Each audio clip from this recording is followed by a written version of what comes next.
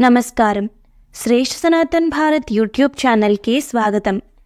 ఈరోజు మనం భగవద్గీతలో మొదటి అధ్యాయంలోని 12వ శ్లోకం గురించి తెలుసుకుందాం.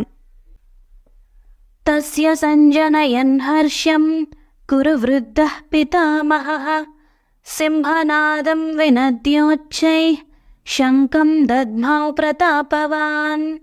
భావం: ఈ మాటలన్నీ విన్నాడు భీష్ముడు. ఆ మాటలలో అంతరార్థం గ్రహించాడు. ఏనాడో తన మాట వినని, తన మాట లక్ష్యపెట్టని దుర్యోధనుడు ఈనాడు తనను మాత్రం అందరూ రక్షించాలని తన మీద అమితమైన శ్రద్ధ చూపిస్తున్నాడు అంటే దుర్యోధనుడి మనసులో యుద్ధభయం ప్రవేశించింది అని తెలుసుకున్నాడు. దుర్యోధనుడిని ఉత్సాహపరచడానికి, వానిలో ధైర్యం కలిగించడానికి భీష్ముడు సింహంలా గర్జించాడు. తన శంఖాన్ని గట్టిగా పూరించాడు.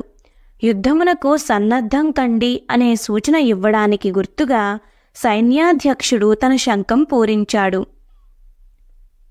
సర్వే జనాః సుఖినో భవంతు. నమస్కారం.